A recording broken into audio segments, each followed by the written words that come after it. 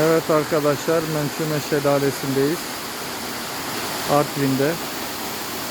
Arkadaşlar, bu yolu gelmek için öncelikle 1 kilometre boyunca merdiven çıkmanız gerekiyor.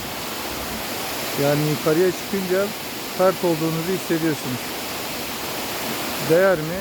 Yani doğayı ve yürüyüşü seviyorsanız değer tabii.